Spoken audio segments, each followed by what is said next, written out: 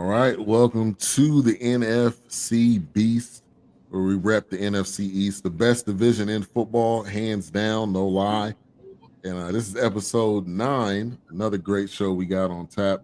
We could talk about a variety of different things. Obviously, got the matchups coming up for tomorrow. We got a big Monday Night Football matchup between the Commanders and the Eagles. That's going to be a really marquee matchup. We're also going to talk about some mid-season post position rankings. Can Thursday Night Football be fixed? And then we'll be talking about, can all 4 of these teams make the playoffs and with the remainder of their schedule for this year. So we got to my right, possibly, however you're looking at this, we got my man Cool, Eagles Elite Play Callers. How you doing tonight? The Atlas Wonder today, baby. Let's go. Salt and pepper in the building.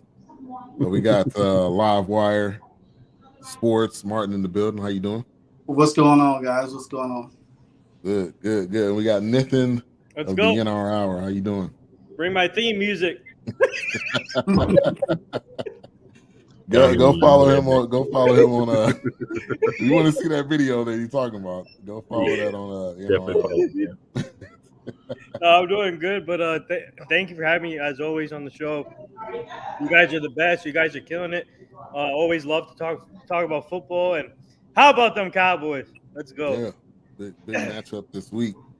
So before we get into the matchups of this week, let's kind of recap last week. We had Cowboys were on a bye, so it was not a lot to talk about there. We, pretty much got healthy and getting back and ready to go for this game against the Packers. But I will go to Cool. How are you feeling about last week? It was a dub, so positive note. Yeah, I'm gonna take that dub, but a lot of concerns. But I think a lot of fans are getting overworked up. Damian Pierce is a manimal, right? He's not a normal running back. So him breaking tackles, him making your run defense look a little suspect, it's not the end of the world. He's done it to several teams. If you've watched a lot of games, and I haven't actually been able to watch some of the Texans games, he does this on a regular basis. So I'm not going to get too worked up because he was able to do that to us. Now, if we start going in here, the Commanders start doing this to us, we play the Colts, Jonathan Taylor does that to us, then I think that becomes more of a concern. But a guy that really, to me, is the Jonathan Taylor of this year. That guy, not necessarily as many yards, but just what he's been able to do out of nowhere. He just came out of nowhere, snapping. Yeah. Rookie year, just getting it. So I think you got to sometimes put that one bubble, leave it in the bubble to say, let's watch it, but I'm not going to overreact because one of the best running backs in the league was able to give us a little bit more work in the run game than we wanted. Of course, we missed Jordan Davis, who's not going to miss a man that size with that much athletic ability not being able to play. But guess what? There's a team out there, and everybody else is healthy. So, Robert Quinn was added to the team. The plays got to be made. Adjustments need to be made. We know what the Commanders are going to try to do based on what Houston was able to do and be successful with. So, fix it. We take the win. We flush the bad things. We hold on to the things that we feel like may be consistent, things that may just be an anomaly. You just kind of roll with it. You let it go, and you move on to the next week. We got a big game on Monday night. Feel like we may have overlooked the Texans slightly, looking towards this matchup coming up in Week 9. I think there's been a couple of times this year, just as honest as can be, where we may have slightly overlooked the opponent we had and kind of look forward. And you can tell those games because you win by a field goal, you win by 10 points. Again, you probably should have been a blowout. But guess what? It's adversity. If you can wrap adversity into wins, I'm all for it. Oh, yeah. Hopefully we're going to use that as fuel. Yeah. Keep it moving. All right, let's bring in Sam. Sam, right in the building. Damn, what's up, fellas? Sorry I'm late.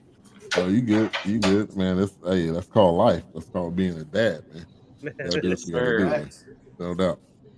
All right, so we were just talking about the Eagles. You came in perfect timing to recapping Week 9. So give us your thoughts. That Thursday night football win from last week. Well, to be honest, I wasn't very encouraged by our performance. Obviously, I'll take the victory, but I thought that we kind of showcased a lot of holes that we have and kind of gave people a blueprint for how to beat us. I know Houston ultimately lost the game, but they were able to run on us a lot more than I would have liked to see. So I was definitely a little bit of a disappointment by the defense. I know we just lost Jordan Davis, so getting him back will be of a huge deal, but it's definitely one of those things where I would have liked to seen a better performance. Yeah. And Cool was talking about Damian Pierce and how he came in and he had a good game on the ground, 27 carries, 139 yards.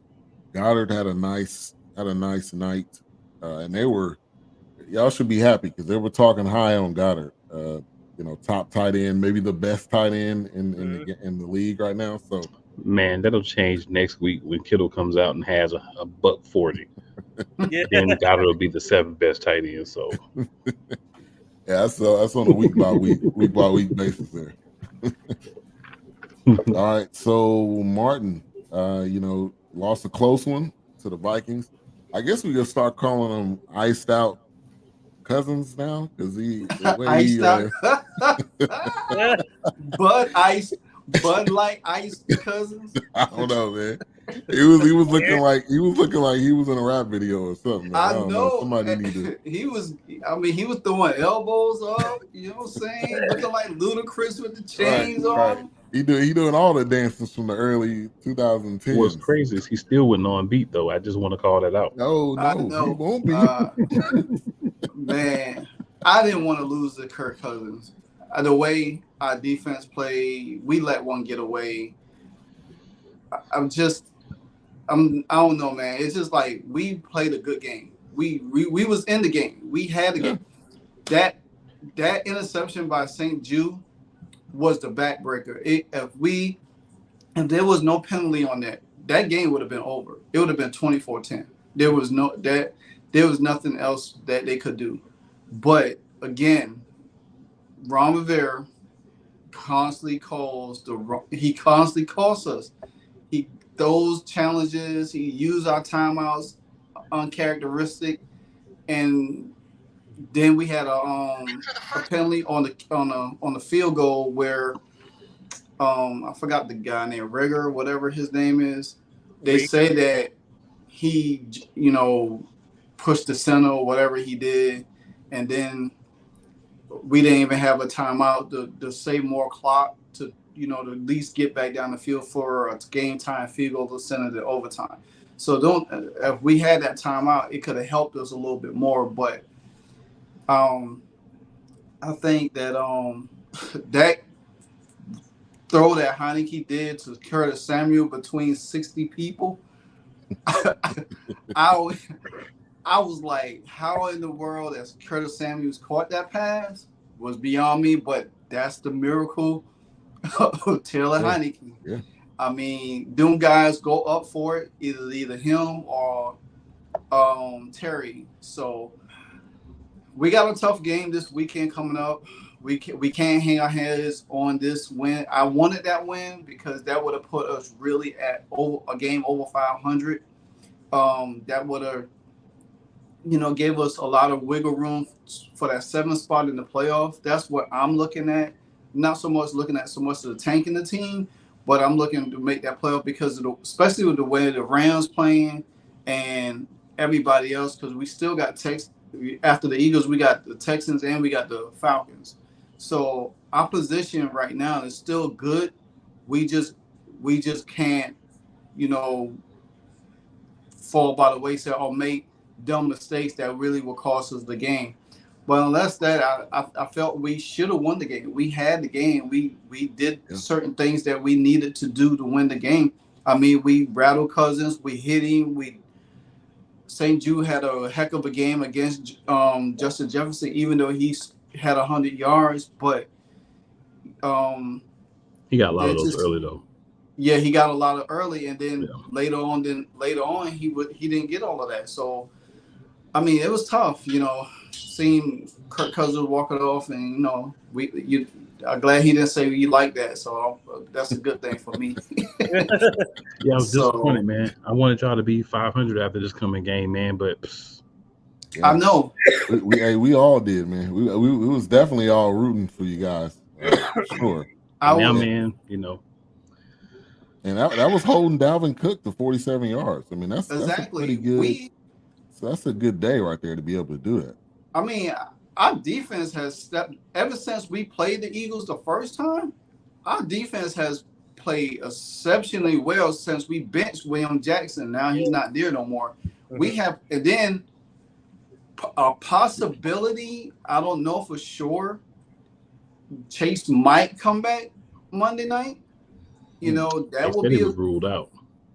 Well, if he is, then I mean, but I think our defense still is good enough to contend with the Eagles. I think we are a different team than we played the Eagles the first time around because not Kirk Cousins, but we don't have Carson Wentz to sit back there and get 20 sacks on.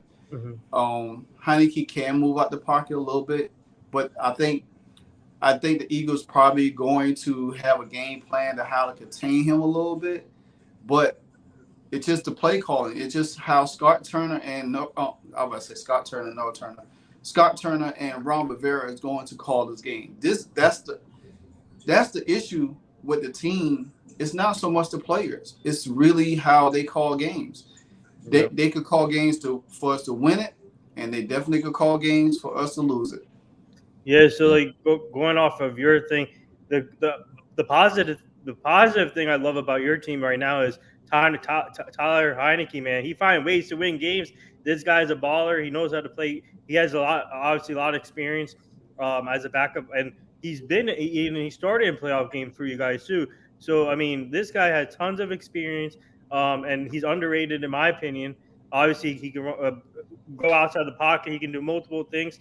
And that's the one positive thing. You guys have a reliable backup quarterback, which you don't have to worry about. I mean, Sam Howell's still developing, learning, but at least you guys have someone who knows the system.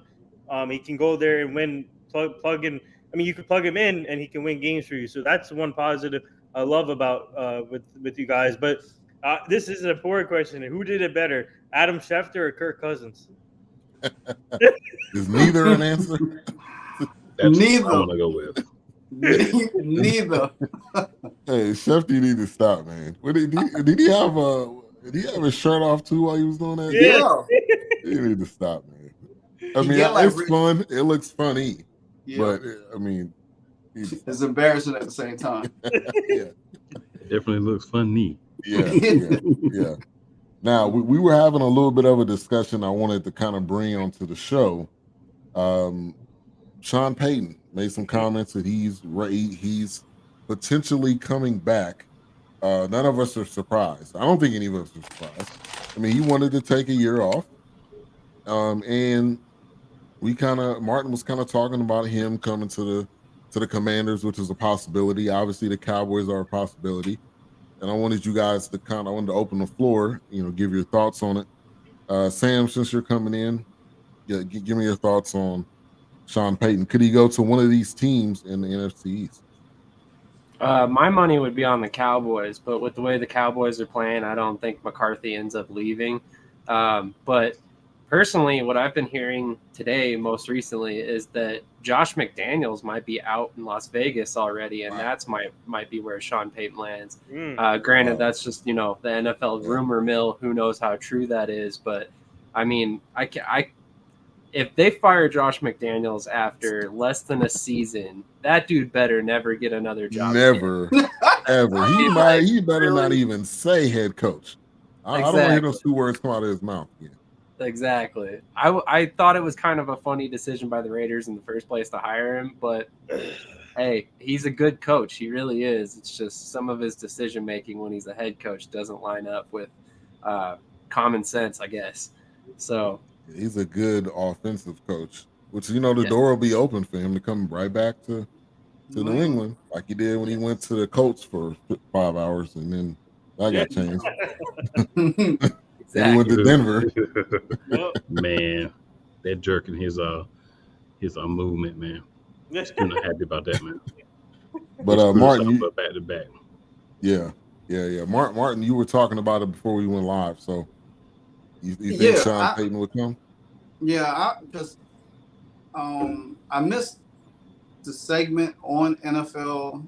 See on well, he was talking on Monday night because he was talking to Peyton Manning and Eli on their show, and I caught wind of it throughout the week, and I was like, that's pretty interesting with all the stuff that's going on with the Commanders right now. They playing well a little bit.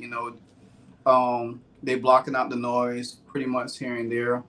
Um, but I think that a new regime is going to. I heard that Jeff Bezos said if he take off, they gonna change the name back to Redskins.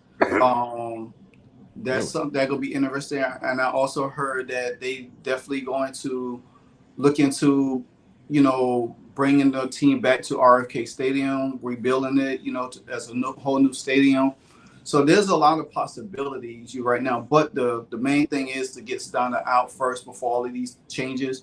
I do believe sometime by the end of the year or the beginning of next year that the team will be sold to who it may be.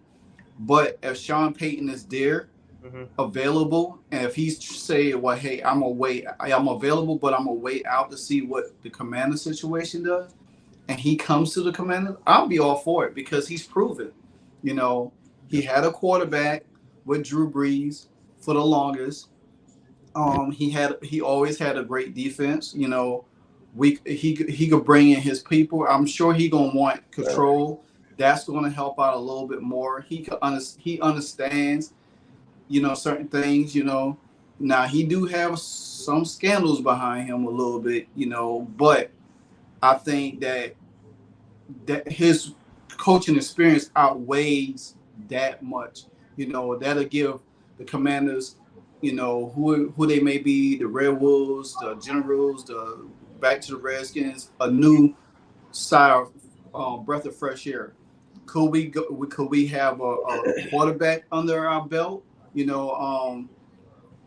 don't know my man's name right here. Which on one? top.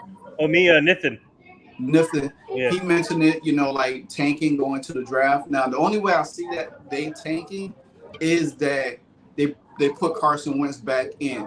You know what I'm saying?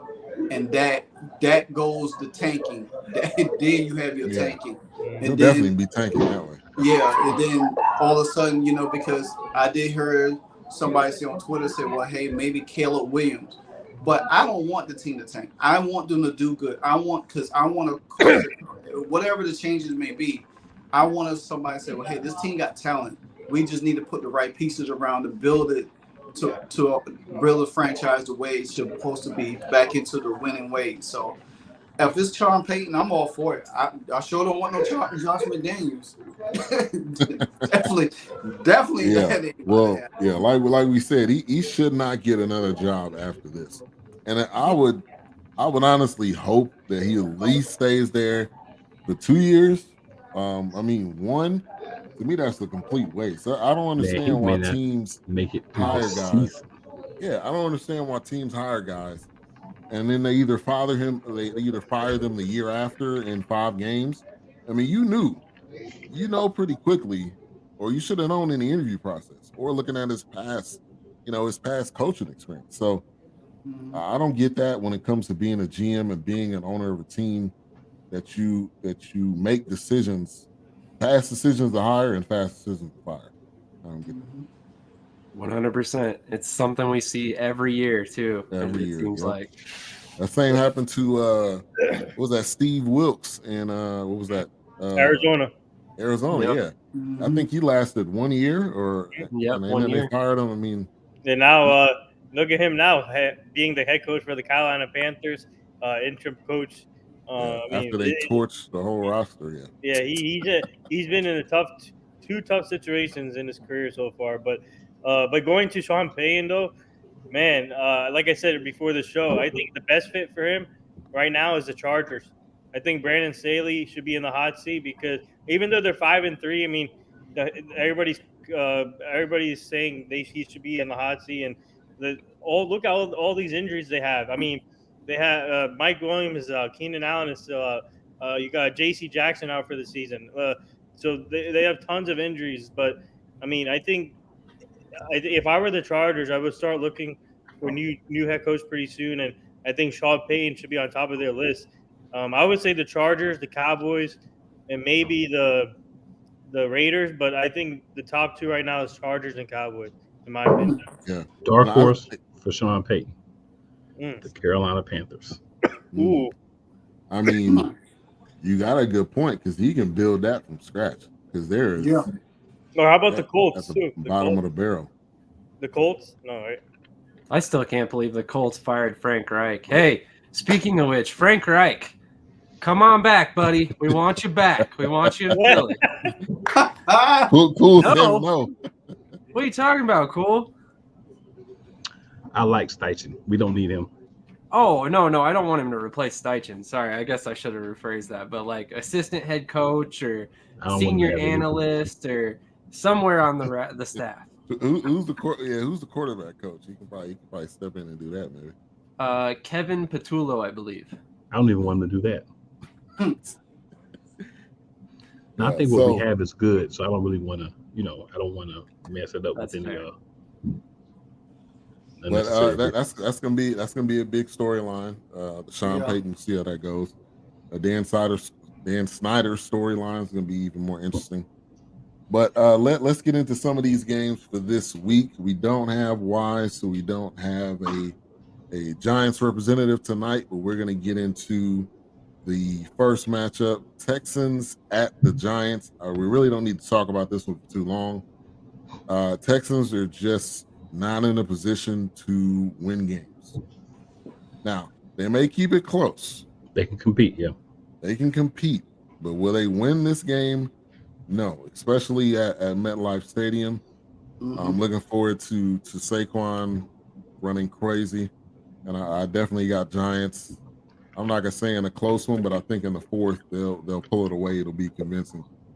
But give me anybody else want to add anything on to that? Texans at Giants. I got the upset here. I got the Texans winning. Really? Yep. I think I feel like I think they're going to run the ball obviously, and this could potentially be a trap game for the Giants coming off a bye. So they have a lot of pressure on them to keep it going. But I think if the Texans run the ball, what they did against the Eagles, the Giants are not the Eagles. I mean, it's in my opinion. I think if Dameon Pierce, all they have to do is run the ball and then control the clock, and I think this should be fine. But this is a lot of pressure on the Giants to get this done, in my opinion. Well, for me, I'm gonna say Giants. I think it's the same blueprint that everyone's had on the Texans for most of the year. All you have to do is stay in the game, stay up moderately to force them to have to throw the ball in key situations in the fourth quarter. Davis Mills has shown me throughout multiple games. It's a great quarterback. Well, solid quarterback. The first 3.5 quarters. But in that last half of the fourth quarter, when you need a big play, he's gonna get the other team a bunny, and they're gonna jump on it. He did it for us. He's done it multiple times. I have him in fantasy. I love playing him for bye weeks. I have no problems with him because he'll get me a solid number of points. I just know that deduction is coming, that -2, -5, depending on what league I'm in for the interception at the end of the game. But stats-wise, he'll keep you in it. But when you force him to be the difference maker in the fourth, every game. They even talked about it when we played him. They talked about it the game before that, the game before that. When you put the ball in his hands at the end of the fourth quarter, you win the game. Unfortunately, that's who he is so far until he proves differently. Yeah. Shout out to Robert Hill. He says, "Hey y'all, fly Eagles, fly." Eagles Fly suck. Eagles. Fly. you must be tuning in on Eagles Hey. Elite. 8-0 you can never say 8-0 sucks. I just will not accept that in any paradoxical universe. Yeah, any dimension of any Marvel dimension. Yeah, any multiverse, I will not accept that. Multiverse, yeah. That's what all right. Anybody else want to add anything else on the Texans? My internet was buffering, so I didn't get a chance to elaborate a little bit on them. I mean, the Giants gonna win. I mean, they they're going to probably give Saquon. It's going to be a heavy dose of Saquon Barkley. I don't see the. I said this. I think all four of the teams in the East have great defenses.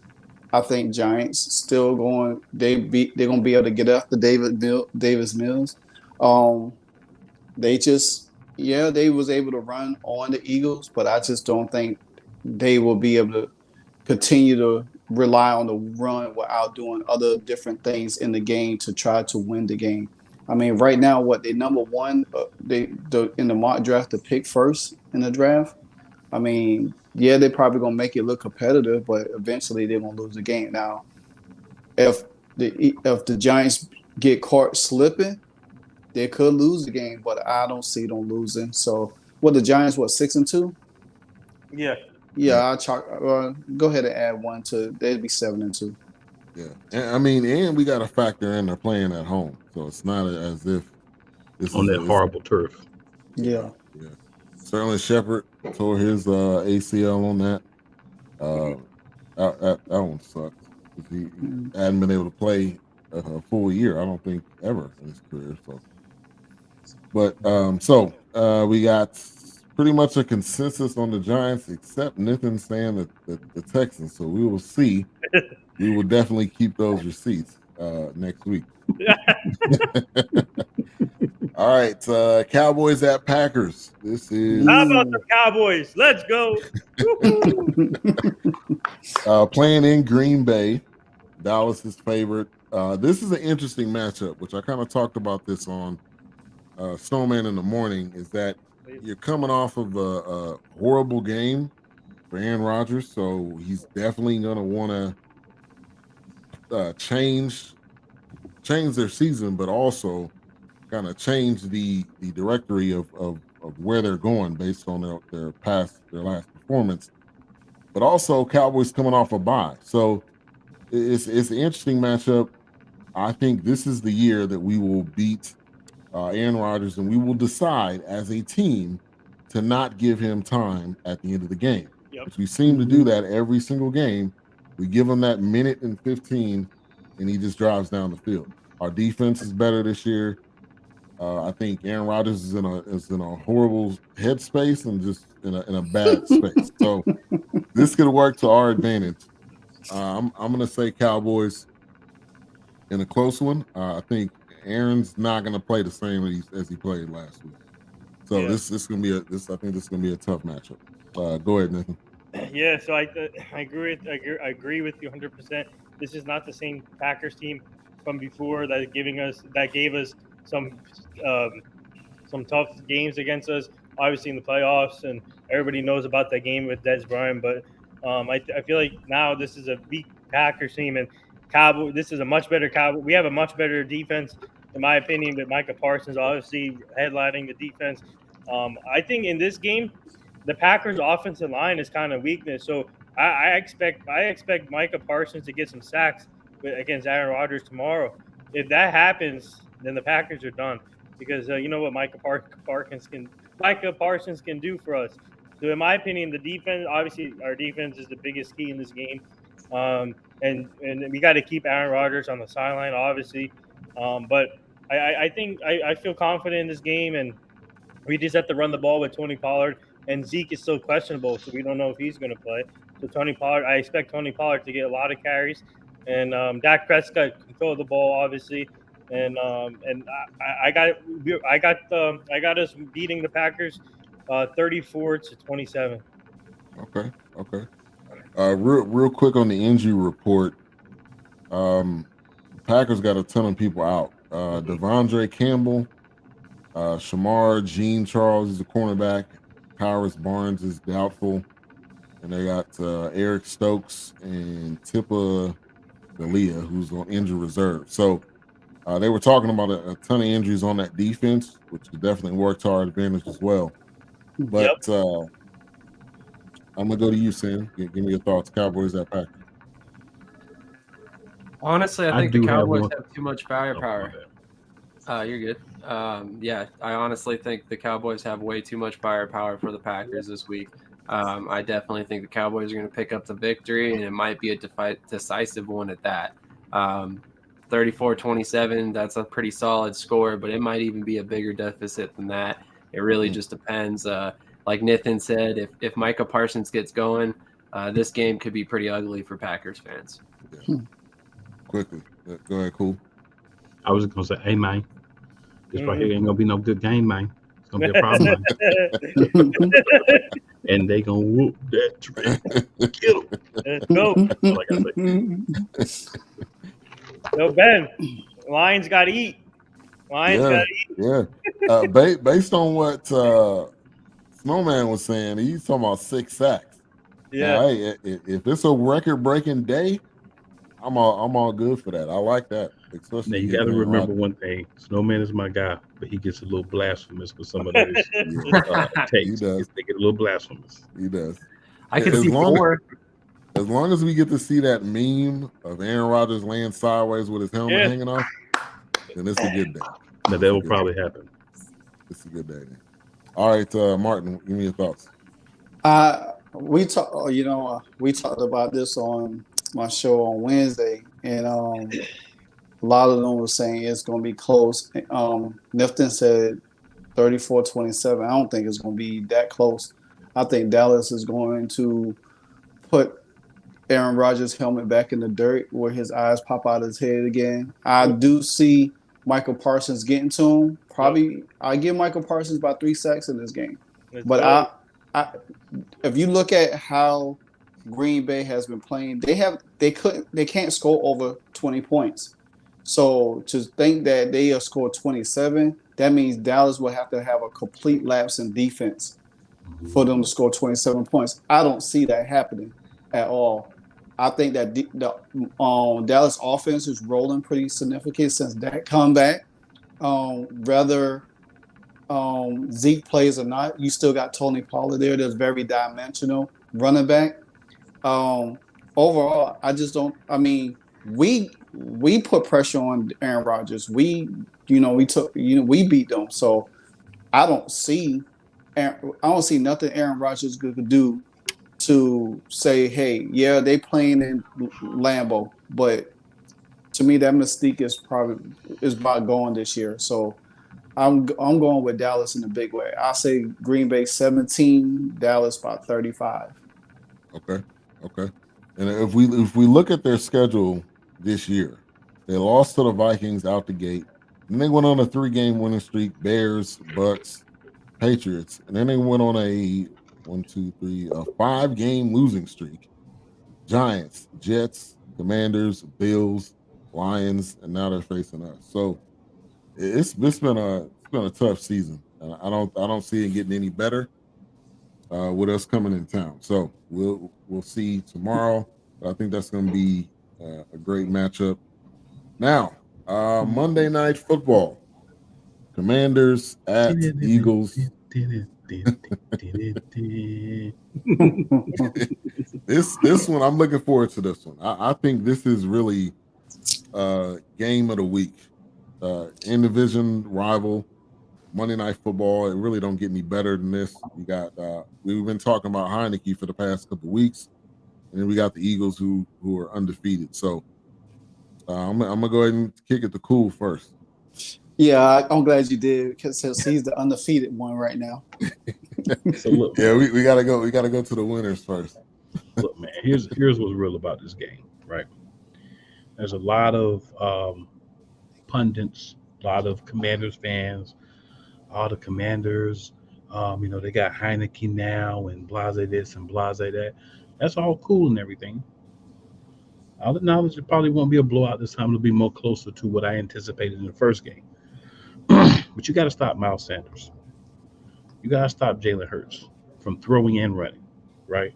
He ain't really pull out the run a lot yet. This may be a week where he need to pull it out a little bit more. You got to stop Swole Batman. You got to find a way to neutralize Fat Batman getting them big blocks on the run game. You got to find a way to neutralize Skinny Batman. And you might even see a fast Batman showing. And you still got Dallas Goedert to worry about after that.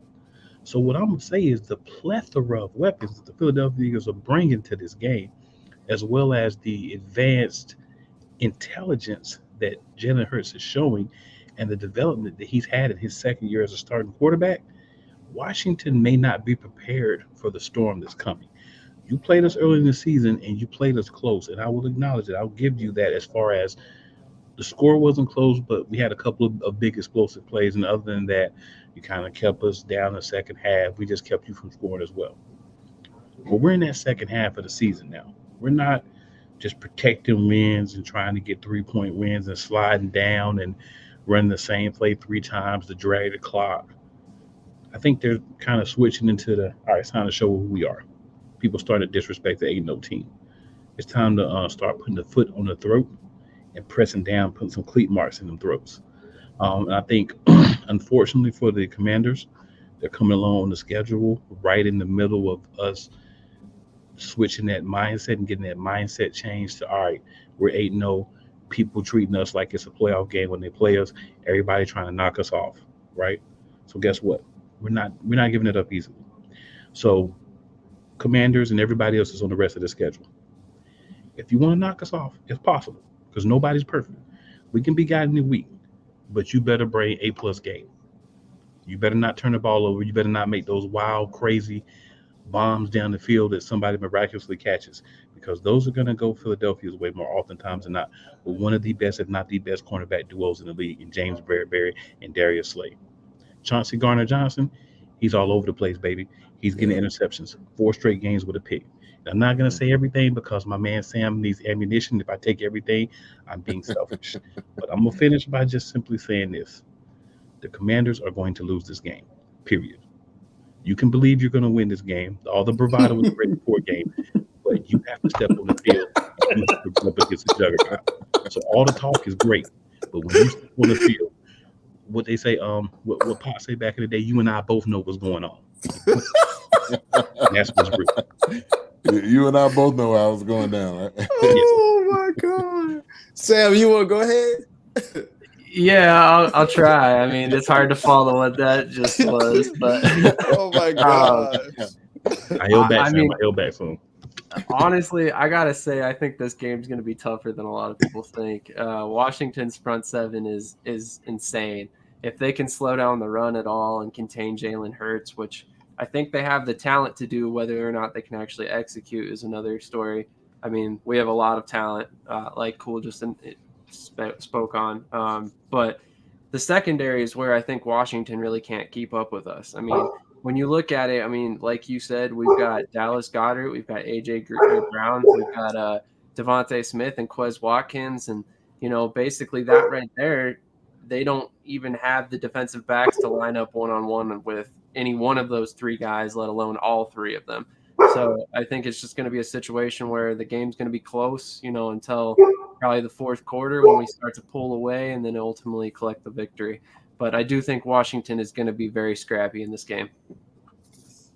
All right. It's the floor is yours, Martin. All right. Let me see. I don't think I can top what Cool said, but that's gonna be hard. You gave a dissertation on that. I mean, you kind of like went Jason, Michael Myers, and Freddy on me. So I don't know what horror movie I'm in right now. Yeah. So I'll say this. I think, like I said, ever since we played y'all, we have played better. Do we score enough points? No. I think we capable of scoring more points, but it depends on our coaching staff. How our coaching staff coach. Like I said, we got the talent. We just as talented as anybody in the NFC right now. You know what I'm saying? But our coaching staff doesn't give us a chance to really make plays. You got Heineke that is really have that escapability. You don't have Carson Wentz there. Our offensive line has did very well protecting Heineke. We probably gave up like 1 or 2 sacks a game here and there versus 6 or 7. They got to move him out the pocket. If they can move Heineke out the pocket, get him some lanes, don't drop him back 6 to 7 steps back where his ball's getting battered down. Last week, his balls got battered down so much that kind of like kill a lot of our drives, especially when we get momentum. Now, can we beat the Eagles? There's a possibility. The last time we played on Monday night, there was a Pittsburgh Steelers. There was 11-0. Nobody gave us a chance. I think we're more talented than we was last year. So we don't have the same quarterback. Sam alluded to it. I think our secondary, if we had William Jackson back there, y'all probably would I probably would turn off the TV and probably do like some of them other people, just kick it in. But I think St. Jude, he's shown, he makes mistakes, but he plays where he doesn't get beat like on every play. You know what I'm saying? If the whole secondary plays up to the level that they've been playing the last few weeks, the front seven has been remarkable. They just got to get to Hurts. I think this game, Hurts probably will do more running than he did the first game around, because of the fact that they threw on us a lot. And they built a 24-point lead on us where they took the foot off the brakes. They just, carried the game. So this game is a little bit different. I think it's be real close. I ain't making no prediction, but I do see a 3-point victory on either side. But I'm going with my guys to win this game. I'm going with us to go for the upset. I just feel that we can get the upset. We just can't. I mean, what else can we do? We lost a close game last week.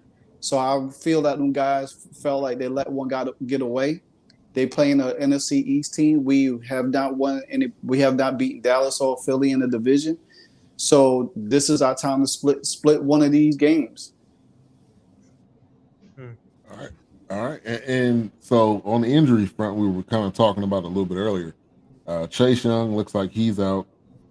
J.D. McKissick out, and Cole Holcomb out. But I'm gonna actually road you, Martin, in the upset. I think this is not only is it good for the division, but I think the Eagles are gonna lose one sooner or later. So why not it be against the Commanders? You said timeout? Yeah, timeout. Anytime a Dallas Cowboy fan agree with me, that's not a good sign right there.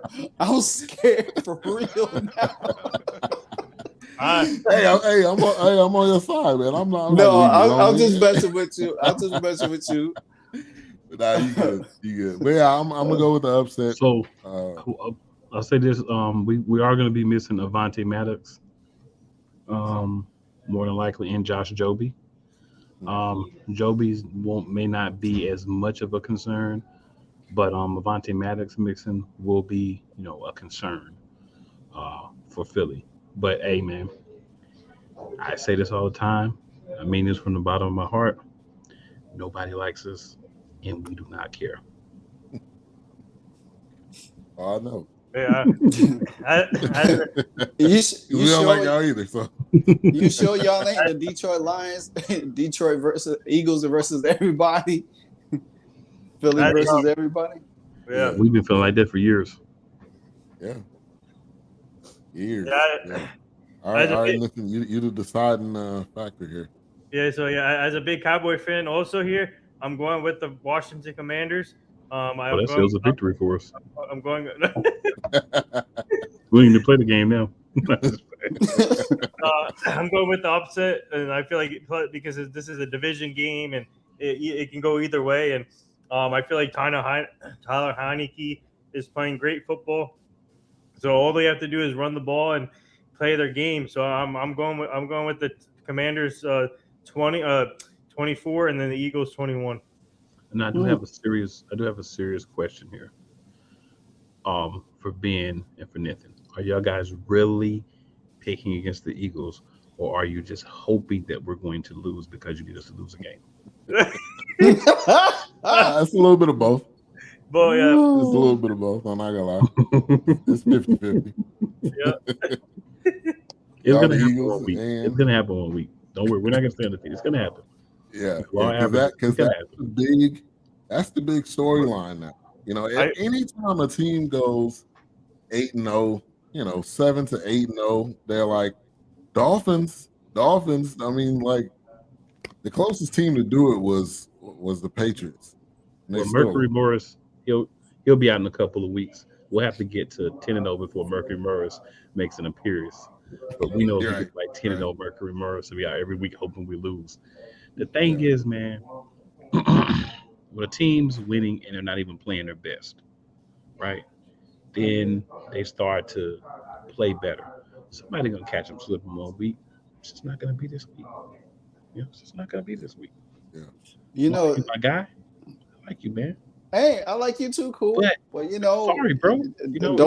Don't be trying not to answer my calls now. Just remember this. I'm not even gonna call you when we win. I'm gonna sit back and put my feet I'm up. blocking. Martin's gonna be calling you if they win. Martin's gonna be calling Right, you. but when we win, I'm not even gonna call Martin. I'm gonna have my mug of tea with some raw sugar. You know what I'm saying? I might even get me a little bedtime blend to help me relax and to sleep because I'm gonna be so hyped from the win. Right? I'm not even gonna call nobody. I'm not gonna get on social media and brag. Sam over there dying. Nothing that. All I'm gonna do is I'm gonna put my obliquitous 9-0. Let's go. I'm going to bed with some nice bedtime instinct.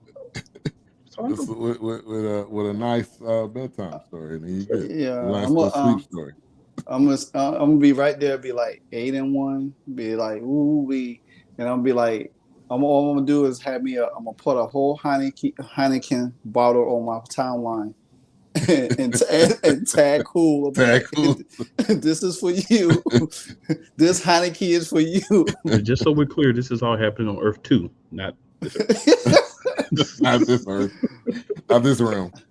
I'm telling you, the only way we lose, the way we lose this game, it's gonna be because of our coaching staff. Ain't gonna be the players. Matter of fact, before I forget, defense is a concern for us because I don't trust Jahan Dawson is back. Yeah, I saw that. Yeah, so that's big. That's huge because he's believe it or not, he still leads. He's tied with the league in 4 touchdowns, even though he ain't played in 5 games. Really? So I want him to get that Rookie of the Year. But let me ask you a question about him. I'm glad you brought that up. Do you feel like he's had a chance to get the same type of quarterback wide receiver bond that he had with Sir Softy himself? That's a good question because Taylor Heineke said something the weeks when the first 2 weeks he took over, and he said that they missing some of the key guys, and I guess Taylor has been working with him. Probably not as much as Wentz, but he's like excited that he wants to. He's ready for him to come back so he could, have another weapon to throw to, because they've been really throwing to a lot of Terry Sanders, some of Cam Sims a little bit, Logan Thomas. I think Logan Thomas probably going to play too. But the guy that could be a real problem for the Eagles, if I was coaching this team, Amari Rodgers. Yeah. He is whatever. He is a matchup problem. They just got to use him right. The times that he played in the game, he picks up chunk yardage. When he got that screen pass last week and just like bowled over a couple of Vikings, this guy, I love Logan Thomas. I just don't think he has it anymore. He's not that, injuries probably slowed him down. I know he's trying to get back into shape because of injuries, but you need to go with somebody a little bit faster, a little bit stronger than him. And I think these are the weapons I'm talking about that Washington has, that if you had, say for instance, you had somebody like a Deshaun Watson or Lamar Jackson that had weapons at their disposal, we could be scoring like 35, at least 25 to 30 points a game. Mm-hmm. We just don't have the coaching staff that's confident enough to put to make sound decisions. This is what kills this team in every game, whether we win or lose. So that's why I say if we lose to the Eagles, it won't be because the players, it's because the coaching staff is not going to call the right play. Because anytime we get momentum going, you be looking like, oh, yeah, here we go. The next possession, we revert back to something totally different where I don't even know who's calling the game over there. So that's the main issue that I have. I think I know we could compete against y'all. I just don't feel the coaching staff is going to call an excellent game to put us in a position to win. But like I say, I'm going for the win. I might regret it on Tuesday, but hey, I'm off that day. So well, here's the thing, man. Can you compete with us? Absolutely. Can you beat us? That's a different story. That's the bigger. Yeah, bigger picture. You definitely can compete with us. I'm not gonna sit here and say, oh, we're gonna beat y'all 30-13 or anything like outrageous or disrespectful such as that. This is an NFC East game. What I'm saying is the important plays that need to be made. There's going to be a time on offense where you're going to need, we're on offense, you're on defense, and you're going to need to get a stop. Right? This could be a Pascal Quez Watkins game. Those are two guys who don't even get any notoriety, even talked about hardly, and they're better than most of the receivers on other teams. They're just playing behind or along with one of the best duos in the league, along with Dallas Goedert. So the thing is, we flex you out 5 wide. We put all those guys on the field. You see Goedert down for a play. Let's go 5 wide on you. Somebody's going to be open. And with the laser point reading that my quarterback now has, he's going to be able to make those decisions. He's going to be able to make that right play, right? If you can turn Jalen Hurts over, if you can get turnovers off Jalen Hurts, that changes the complexity of the game. But he's only got 2 so far this season. So if you can make it 3 and 4, you stand a realistic chance of actually taking us down. But the thing is, based on what I've seen, and that's what I'm going to go on, you're going to be able to keep it close, I feel, with Heineke because the team respects him. They're going to play harder for him. He's not offensive. He doesn't have the same athleticism, the same arm strength that a fully healthy Carson Wentz, who's reading things and reacting and not waiting 15 minutes to do something, has. But I think he processes faster, and I think his team loves him, so they're going to play harder for him. So I'm confident that we're going to win this game, but I'm also confident that it's going to be 10 points or less. And I don't think 10 points is disrespectful because I feel like end of the game, close game, we get a score, we're up by 7. Y'all got to go for it on 4th. You go for it, you don't make it. Get the ball back. Got a little bit of time. We got to run time off. We get in field goal range. Might as well keep the field goal. I went back today and watched the game last year when Taylor Heineke had played Tampa Bay. Now we was up. It was like 23-19, and we drove down the field. We drugged the clock out, and I was looking at that team, and I was like, the only difference with that team and this team, it was the offensive line.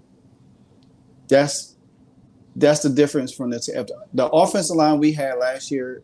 We got some pieces, but we let kind of like some players go. If we had the offensive line last year to this year, I think we will be able to do a lot of stuff. But again, to your point, Cool, can we compete? Yeah. Can we beat y'all? Can we beat y'all? Can we beat y'all? That's going to depend on the coaching staff. I know the players, they're going to go into that game like, yeah, we could beat the Eagles. The coaching staff is the issue that is going to be the deciding factor. It don't matter how you cut it, how you dissect it, how you put it on the bulletin board. I wish I had a red piece of rag right now and just throw a challenge like I'm throwing a challenge because that's Ron Rivera. That's what he would. I'm telling you, it's going to be a point in that game.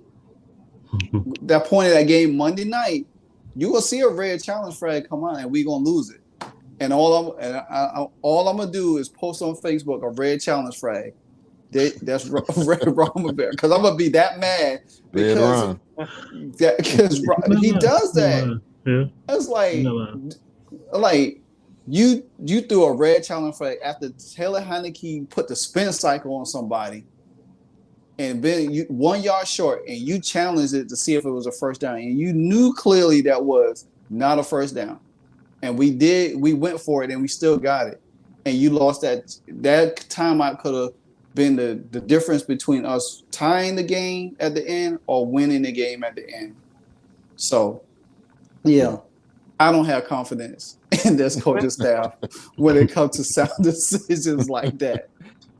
Hey, so, well, Monday night is definitely going to be a game to see. Definitely for the NFC East, to see them on display. You know, that's good for all of us. So, big question of tonight. You know, we got these 4 teams. They're well, 3 of them have a winning record. The other one could potentially be at 500 by the end of this week 10. So do we think all of these teams can make the playoffs with their remaining schedules?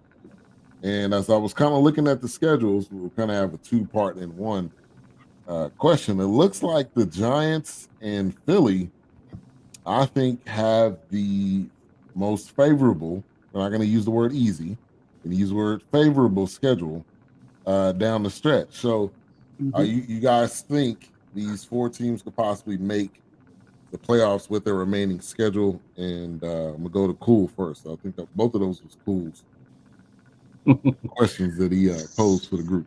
So definitely, I think the Eagles are getting in the playoffs.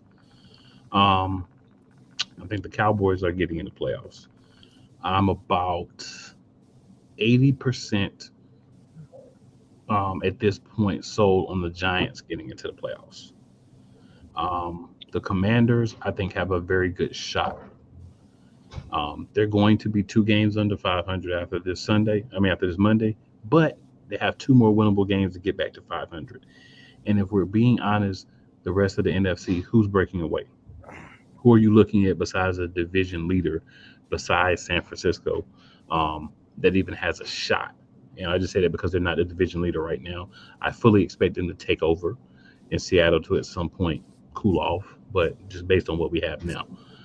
I think the Commanders are the team that's going to need to get the tiebreakers over some of these other teams that are there, or, you know, just win all the winnable games that they have moving down the stretch. But I do think it's very fathomable for all 4 teams for the first time ever, because this was supposed to be, keep in mind, all offseason, this was supposed to be the AFC West in this position, or the NFC West, right? Because those are the great divisions, quote unquote. But you're talking to representatives of the best division of football. I think the Commanders are the swing team. The Giants, I'm pretty confident, will at least be the 7th, but you're going to need them probably to be the 6th, and then you to slide to the 7th after going 0-3 in the division after this game on Monday. And yes, I keep slide that. But throwing them digs. But they have a lot of winnable games, and seriously speaking, even Monday, they have winnable games, right? They still have 3 more divisional games after this to play, so you have games that you can win. It's a matter of going out on Sundays, you know what I'm saying, and making things happen. I'll even go as far as this. If you look at what the Commanders got left, we'll even talk about their schedule. They got us, the Eagles. Then they have the Texans, the Falcons. You should win both of those games. Then you got the Giants twice.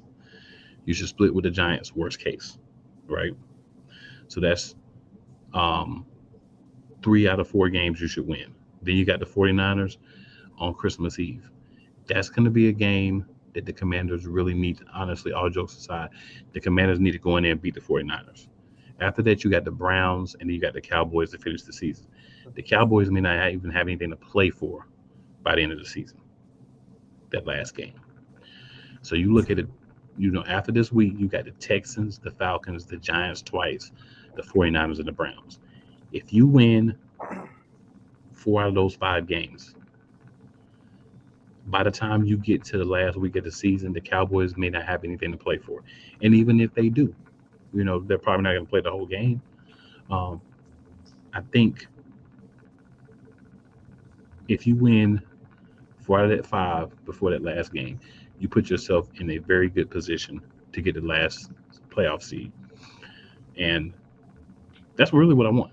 What I want to be able to say is, we talked about the NFC East for years, tossed the NFC East, all kinds of disrespect were slung our way. We decided to get together, make a power team, and put out this NFC Beast show, and the division responded. Yep. The year we did that, they all made the playoffs. Yeah, that would be great. Yeah. After that, you can't tell me nothing. I don't care if we go back to being the worst after this year. You can never tell me right. anything. Period. Yeah. Sounds just like that Eagles Super Bowl. We can't tell y'all nothing. That's what I want. Nothing. You can't tell y'all nothing. I'll be at 75 and black, but we won in 2017. If that happened, we get a T-shirt made and put DJ Khaled's signature words on it. Another the best. Another one. We the best. Yeah. You get that NFC B shirt and put the "We the best" on the back. Yep. Right. 2022. I'm just saying that sounds like a great idea to me. Yeah. And you know what else they should do? If the NFC East is beast again, we'll put another one on it too. Another one. Another one. Another one. I mean, cool. You said you hit the nail pretty much on the head on all of it. I'm right now. I'm looking at the playoff schedule right now. We already beat Green Bay. We do got the Falcons coming up. You know what I'm saying? They up and down. 49ers kind of like up and down. That's going to be a game that we definitely have to win. Because right now, if you look at the playoff, the 49ers are in that 7th spot. You know what I'm saying? Now, they can't win the division because Seattle's there. Now, if Seattle start playing funky, then that changes everything. But right now, we kind of like in a battle with Seattle. So, say for instance, we win Monday night. We at 549ers lose. That put us in the 7th spot. But no matter how the situation rolls out, we should be, again, if we do not put Carson Wentz back in, we have a chance to make the playoff. I've been saying this midway through the first half of the season that we have a chance to be, for the first time ever, 4 teams in the playoffs. And I ain't gonna lie, I started looking at the playoff seeding probably around about week 4 or 5. And people were like, why are you looking at it? I'm like, man, look, there's something about this that has to be said, the way our team's been playing. Yeah, Washington wasn't playing that great, but then they started like winning some games. They won 3 in a row before they played Minnesota. Imagine they beat Minnesota. They would have been 5-4 right now.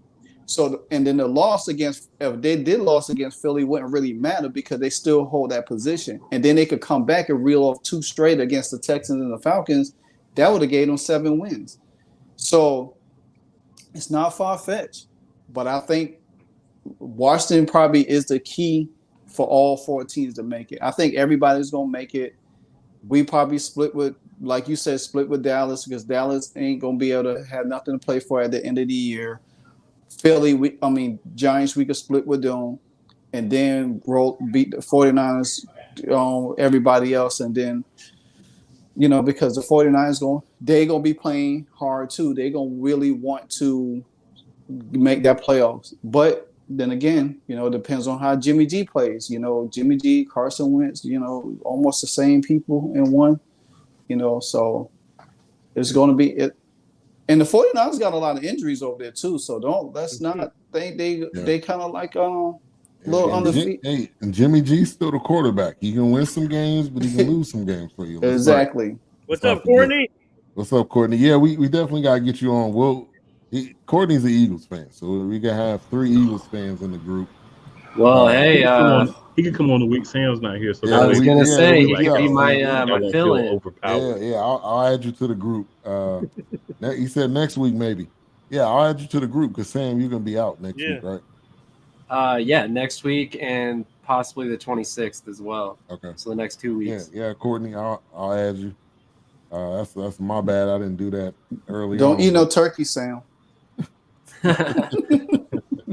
I'll be eating lots of turkey.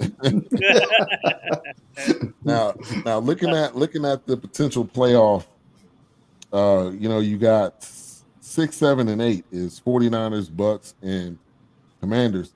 Bucks, I see them going further down. This is Tom Brady's last year. Okay. We don't need a Brett Favre sighting. We don't need him to try to play long. You don't need to be Vinny Testaverde times 2. We don't. You're done, man. You did enough. Okay. Yeah. Go and sit on your island The Buccaneers. across from your wife and just enjoy it. All right. Yeah. The sad Your thing ex-wife is, now at this point. Ex-wife. completely unrelated to what we're talking about. Vinny Testaverde was still one of the best quarterbacks that the U didn't have. He was. I'm agree with that. But the Ben, you that is pretty much a naive statement. Don't you know Tom Brady has got the biggest pressure off of his back now? His ex-wife. Yes, this man is ready to roll. No. Listen. You gonna hear him come out there like, "Let's go." He's old. His age is starting to Yeah. finally show. I think He's old. It's actually It's okay to be old. It's all right to be old. Hey, I don't have no qualms about it. I feel it every day. I think the defense is an issue. I think Todd Bowles is. I think they all are not on the same page a little bit. I just don't count them out. I can't count Tom Brady out. I've been riding with this man for 20-something years. I done seen it all. I done seen what he's capable of. This man just broke a record last week. Who in the world threw for 100,000 passing yards in career? The only person that did it. And he tied with playoff 55 comebacks. They still have a decent team, whether how we view them or not. But we know if they make it to the playoffs, they're going to be a team that somebody going to have to knock out completely, because we can't allow them to catch. You can't allow Tom Brady to catch any kind of momentum in the playoffs, because we already know. We don't seen that story. We don't seen that script too many times. It looks. Him or Aaron Rodgers, I will fear Tom Brady more than Aaron Rodgers. Aaron Rodgers look really bad right now. Tom Brady's still floating above the water a little bit.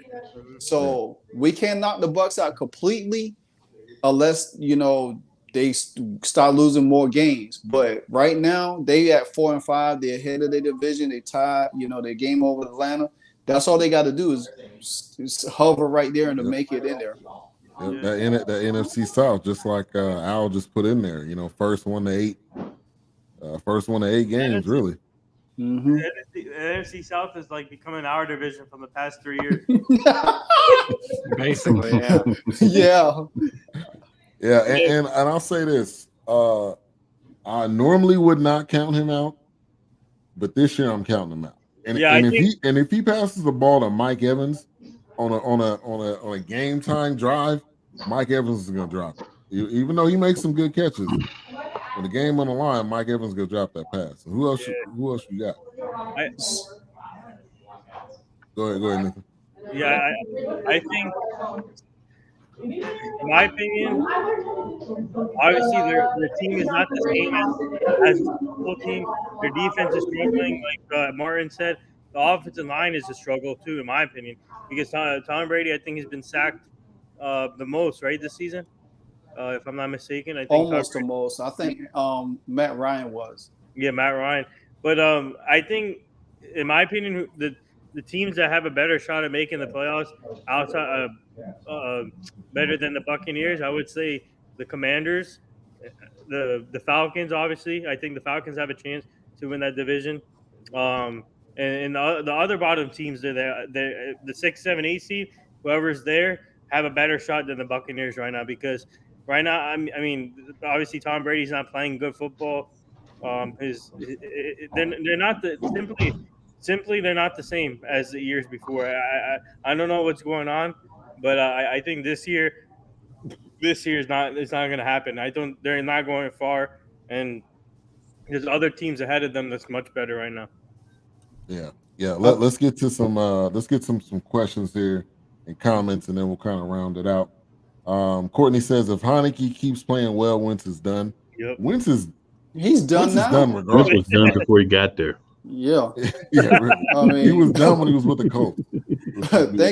Thank you, Courtney. But yeah, he's done. If they talk about, well, he's been, starting to throw a little bit better. I don't care. Break the other finger. Keep him out. I don't want him to get no money from us. As soon as the season over, cut him. Yeah. Not a check, just cut him. Cut him. Can't count Brady out, but the offensive line is horrible. And he's been yelling at him. Look, offensive linemen, I don't care who you are, they do not like when the camera pans over there and the quarterback is yelling in their faces. They don't like that. So if that's what the rest of the season is going to be, is the offensive line not blocking for him, it's going to be a long rest of the season. Yeah. Sid sells homes. He said it hurts the future at QB for the Eagles. I'm gonna let the Eagles guys answer that question. Well, I think Gemini or said sorry is just asking this question to get us riled up because he's my co-host on my channel and he actually does matchup madness with Cool as well. So you just want to get y'all riled up on this exactly. Late Saturday night. Hurts is definitely the future, man. And not only is the future, he's the present. And honestly, I think this is the best shot we've had since 2017 to win a Super Bowl. And it's because of Jalen Hurts and the progress that he's made this season. So, yeah. And Courtney agrees. No question. Hurts QB1. I'm just saying anything else. Sam's already said what needs to be said. Boy, Cool. You need to stop that madness right now. For real. Here's an interesting question. But if the Bucks can get on the road, does Brady make the call to Gronk? I would say no. I think Gronk's done. I say no too, because have you seen Cotton? He looks like a smaller version of Gronk, and him and Brady has starting to get like a little chemistry going. Yep. So if that keeps going on, Gronk could go ahead and just keep chilling, coming on, making play-by-play. He may be able to come on this show too. Maybe. Age is finally catching up to Brady. Yeah, it's look. You can play at a high level, and he's played at a high level for a very long time. But at this point in his career, he doesn't have. And he got Julio on the squad, but he doesn't. I don't think he has that team around him that can go on a run as of right now. Now we're halfway through the season. If they could get on a run, obviously they could win that division, probably easy. But it's not as easy. You're getting older. Everybody else around you is getting younger. Do you think? Do you think Odell will go there as a possible destination? No. You don't have a high probability of winning. Right. OBJ is ring chasing at this. Chasing, and he wants a long-term deal too. It depends on if OB can stay healthy, and right in his career now, he can't stay healthy. So I mean, he only playing half the season. He should be able to. Yeah, I mean, like 2 games in the playoffs. that first game they gonna make sure he get through his physical and make sure he up to speed. He got to play 6 games this year. All I'm saying, I'm hoping he has a helmet. I'm hoping he's wearing a star on his helmet pretty soon here.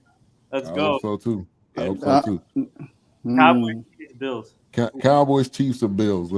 Everybody pick one. You know what I'm picking. So Cowboys. Let's go. I don't think he'll go to the Chiefs.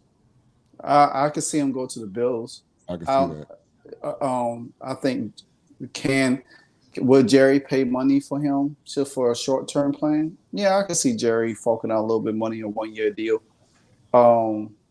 But would he take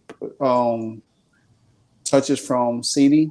That's the thing you have to look at a little bit. Mm-hmm. But but I think to me, he fits more with the Bills. He actually fitted in Tampa a little bit too, because him and Tom do have like a good friendship. So if they didn't have Antonio Brown last year, he probably would have went there over Antonio Brown. But Antonio Brown stripped naked and ran across the field. So that burn that bridge. Yeah, Yeah, ain't no going back there. Nah. Yeah. What Ain't no about coming back to the league for Antonio Brown? what about the Ravens? Yeah. Well, Deshaun Because there because Rashad Bateman is gone. So what about the Ravens? Possibly. I I think they were talking about that earlier this year, right? Yeah, him Well, and this- Duvernay. You know, Deshaun Jackson there too. him and Duvernay. You know, Has Deshaun Jackson done anything yet, though? Deshaun Jackson has speed, and that's about it left. I really like Deshaun Jackson. He spent a lot of his career in Philly. I mean, he's done some foolish things to be released. He's also done some things for that are questionable. Well, Al said Ravens would be a bad fit for OBJ, but why? He wants to go somewhere where he has a possibility to get balls, to be there long term. You have young guys around you, so if you want to be on a pitch count, so to speak, that's a great place to go. They got a strong running game. You've got a good defense that's getting better, and you've got an MVP caliber quarterback. Of course, you would want assurances if you're signing anything past this year that Lamar Jackson's going to be there. But why would it be a bad fit, though? Because it's everything that you would want. It's an opportunity to win. This team is much better than they are last year as long as they don't have a rash of injuries like they had last year. Yeah. And he really needs another rape. He really does. He said, "Can Lamar get OBJ the ball?" Bruh. Yeah. I don't know if you've been watching Lamar this year or not. I mean, if you so I think one of the things I just want to say this real quick is we judge everybody based on the past, but we don't take the data that we get now, right? So we want to say like, oh, Lamar Jackson can't throw the ball. Have you been watching him this year? I have him in fantasy, so I'm paying attention to Lamar Jackson. He can throw the ball when he wants to and when he has the ability to. Now, you took Bateman away from him, so now you get a lot of things going to other guys. Now, the problem that Lamar has is he has been a little over focused on Andrews, but you look at the other weapons that he has. So I think if you put a guy like OBJ on one side, you put a guy as fast as Duvernay on the other side, you put a guy like Deshaun Jackson in the slot, you put Mark Andrews out there, you put Likely out there in place of Andrews at some points, you got something brewing there that makes people say, all right, these are guys that can make something happen. These are guys that could possibly, it's not going to be a dangerous lineup for 3-4 years in the future, but for the remainder of the season to make a playoff push, absolutely, I think it will work. Let's get to some other comments. He said he has been watching tape on Lamar this year. But have you been watching the actual games, not just clips, but like the actual games of him playing and what's happening through the flow of the game? That's my question. Jackson, Deshaun Jackson had 1 catch, 2 targets. Yeah, 1 catch on 2 targets. 150, under 50 yards per game. Running the ball 200 plus yards. Especially if he has the weapons around him, Lamar can throw the ball. And I'm agreeing with you, Cool, is that he does focus on Mark Andrews quite a bit. And I don't know if he has, honestly, I don't know if he has the confidence in his other wide receivers. I think that's the bigger issue here, is he may have these other guys, but does he have the confidence in them? Lamar Jackson, I don't know if you're talking about Lamar Jackson or the team as a whole, but Lamar Jackson's running total for this year, his high is 119 yards, so it's nowhere near 200 yards. Yeah, I'm looking at his actual stats from this season, Al. So if you're talking about the team as a whole, I think that's a little low. But if you're talking about Lamar Jackson individually, that's egregiously incorrect. All right, so he says I agree to disagree, but that's a good conversation. OBJ's out there. OBJ's out there. He's gonna sign to somebody. 3 games this season under 200 yards. He has multiple games. He has a game over 300 yards this year as well. like I said, you give him another weapon that he has confidence in, that has playoff pedigree. We're not looking at the OBJ from 3-4 years ago. This OBJ seems to be more mature and ready to go out and win. I actually had a chance to sit in on. I didn't get to ask him a question because so many people want to talk to him, but I was able to sit in on his Super Bowl media session. This is a different guy. This guy is here to win, focus, and help his team, and he can help a team that needs wide receiver help. Green Bay, if they were in a position to compete, would be an interesting, intriguing place, but they're not, so there's no point in going there. But you want to be somewhere where you can make a difference. You want to be somewhere where what you can do helps the team win, so that you can get to shine. So if maybe you don't get the contract there, or maybe things don't work out with Lamar there, if you were to go there, then you still have the ability to go out somewhere else and say, hey, this is what I did with the quarterback in the running game. Right? So what's up? Give me the loot. Plus, OBJ is a lethal weapon. He will help a lot. He will help a lot of teams. Yeah. All right. Bring him to Dallas. Let's go. How about them Cowboys? Jerry Man, Jones. Hey, it's like that. All depends on man. But that Cowboy, he ain't going there. Catboy, not Steve. Catboy Steven not paying him over 1 year. That's the truth. That's the thing, though, that's going to hurt him, I think, is if he's really, and I mean, that's what a lot of people are reporting, if he's really out here seeking a multi-year deal off the break, I don't know. But if you're willing to go somewhere, finish out the year. Here's a team that we never talked about that possibly could be interested in OBJ, the 49ers. But do they have cap either? Because they just sucked up Christian McCaffrey. That deal they just made. And they still got some defensive guys they got to pay. And Jimmy ain't going to get him the ball. So that's out of the question. If Trey Lance was there, yeah. But Jimmy is not about to get. Jimmy gonna give the ball to the opposition. He's not gonna get. He's not gonna get the ball. Jerseys. Huh? Yes, he's not gonna get the ball to OBJ. That's why you see him hand the ball off to Debo, and he let McCaffrey do a lot of the other stuff because Jimmy can't be trusted. When it's on the line, he can't be trusted. I agree with Al on the 49ers. Yeah. That's weird on that. That's what I'm saying. I think like OBJ would make that much of a difference for Baltimore, just because he validates them. He gives another weapon to, once he get a little consistency with, Lamar will feel confident with. He would be good on the Cowboys, of course. But we are, y'all already covered that. We don't need to continue to talk about that. I mean, he clearly would be, good on the Cowboys because they're another team that could use another receiver.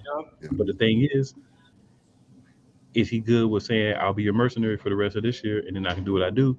Or does he want to get paid multi-year? If he wants to get paid multi-year, I think that puts Dallas out of the running for him. And it sounds like that's another team that I like too. Yeah, and he said maybe OBJ in a Vikings uniform. Well, I mean, I like Courtney better. There's enough though. Like the Chargers. Yeah, I think the Chargers. I was gonna say the Chargers. Mm-hmm.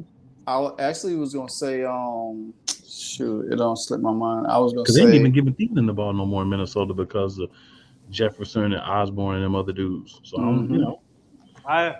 that would clutter it up. Yeah, I have a sleeper team for OBJ. The Seattle Seahawks. You took the words right out of my mouth. I was about to go there. God, Sam, you get out my head. I just wonder if they are going to be able to continue to win. And I think if I'm OBJ, I'm looking at that like, they look good right now, but I don't know. Gino, he a comeback player of the year. Yeah, he probably gonna win that. Gino ain't writing back. Martin, sorry about that. Sorry, Martin. Sorry. Oh yeah, I mean, I was like, Sam said Seattle. So I was like, dang, I was struggling to get it out. I was like, it just absorbed it out my brain. Thank you, Martin. Oh, so yeah, you did. Yeah, I thought about Seattle because you already got DK and you got Lockett, and having another guy that's What's up, Adrian? You have a guy like OBJ that could do the same things that Cooper Kupp does with the Rams, that could give Geno a whole lot another different dimension. He don't have to force the ball down the field so much. He could do the short game a little bit, and then you got Kenneth Walker there to take the pressure off you in the running game, and DJ Dallas right there. Go Yeah. you. So I think that would be a nice fit, really nice fit, because they already playoff bound already. They already leading their division, so that just pushed them a little bit more. Now when they get into play, Yeah. Speaking of Kenneth Walker, he's a real deal. This guy can run the ball. He's a heck of a player. I know he did it against my Hurricanes last year. Sam, anything you want to add to this? We've been talking about OBJ. Any thoughts or anything you want to add on where he could go before we? Man, you guys listed basically every team I would think about other than the Rams. The Rams could be the only landing spot that I could see, just because he was there last year. I've heard some whispers about him going back, but ultimately, I just don't see him going to Dallas. I don't think that makes a lot of sense. They got Noah Brown, they've got Michael Gallup, they've got CeeDee Lamb. Not a big fan of him going to Tampa Bay either. Julio, Godwin, Evans. There's just too many guys there as well. So I really don't. Chargers make the most sense to me, honestly, of all the teams listed. Yeah. Either one of the LA teams, because he still got. He said I still got a place in my heart for the Rams. And him and Von Miller seem to have some type of relationship. You laughing at that? Yeah. Oh my gosh, that's classic right there. Yeah. I never argue with hot shots at Kirk Cousins. Kirk, 2 Chainz's cousin. I'm different. Yeah, I'm different. Definitely different. Oh my goodness, man. All right. But another great episode of NFC Beast. We will be back next week. Probably a different lineup, but we will be back next week with another great show. And we'll see you guys. Let's go kind of around the horn. Any final thoughts? Give some shout outs. Cool. Just excited for another week of football. Several different places you can find me. I'm not going to even listen this week. I do it every week. Just check one of the other episodes. You'll see me. But just be on the lookout. I'm around. Mm-hmm. Yep, he definitely is. All right, Nathan, final words. Follow us on the Anno Hour Sports Show, Jersey Sporting News. We're covering a lot of games in person. Tomorrow we're covering a high school girls soccer team, Creole Township, as they go for their championship win tomorrow. We're going to cover that. And please, everyone, check out our interview 2 weeks ago with Adam Pac-Man Jones on our show. He was on the show 2 weeks ago, and we're trying to get him back because his phone died in the middle of the show, so he got cut off. So we're trying to get him back on the show so we can do the full interview. So that's keep an eye on that, and then we're working on other interviews for the show. And like I said, thank you for having me. As always, you guys are the best. You guys are killing it on your own shows, and please give me my theme music. Let's go. All right, Martin. Oh man, I don't have too much to say, but thank you for inviting me on the show. I always have a blast. It's my weekend medicine. You know what I'm saying? So I was up early this morning doing the college show. Then I came, be a part of this show. So I'm glad. Even though me and Cool about to have a love-hate relationship, going into Monday, but it's all good. Ain't no hate on my end. But like I said, you can always find me on YouTube for Livewire Sports Entertainment, and part of the Sports Empire Network. So, I'm always around, lane cut in the shadows, So, hey. Let's go. All right. And Sam, go ahead, who has a show coming up. Actually, they're live right now. I didn't even know you could do that. Oh, wow. Oh, wow. He's They live. went live about 10 minutes ago. I thought it was going to boot me off of here, but yeah, they're live right now and it's working. So that's kind of cool. Okay. But with that being said, check out all your fantasy football advice right there with my boy Sed Sells Home. and Sean, he actually commented earlier as well, Sean Monahan. So both of those guys have tremendous knowledge when it comes to fantasy football. They've been doing a twice weekly show for the past 3 weeks, I think, or so. They do an episode every Wednesday, every Saturday, basically right after this. So if you tune into NFC Beast, you can tune into their show right after this, and then get some fantasy football advice and hopefully win your championships. Definitely. Oh, I did not know that either. And shout out to Al and Courtney. You know, a lot of people in the comments appreciate everybody, but shout out to Al and Courtney. They really was interactive, and I love it. Definitely. Shout out to Courtney, Al, the rest of the people who commented on the show. We always love having questions on the show too. Yeah. Courtney is ready. He said 9-0. Oh, cool. I do got one thing for you.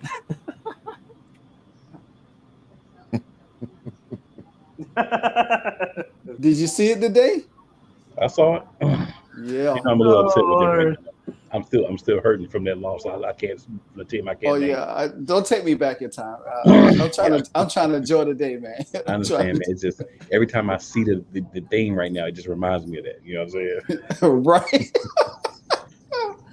Oh man. All right, y'all. We appreciate everybody for the comments, for tuning in to the replay. We appreciate all that. You guys have a great one. We'll be back next week. Wait, before we end this, I got two more teams. I got two more teams for OBJ. Ready for this? Go ahead. Miami Dolphins and the Bengals. Maybe the Bengals. Yeah. He's gonna want to win now. That's the one caveat I think he has in his head. Yeah.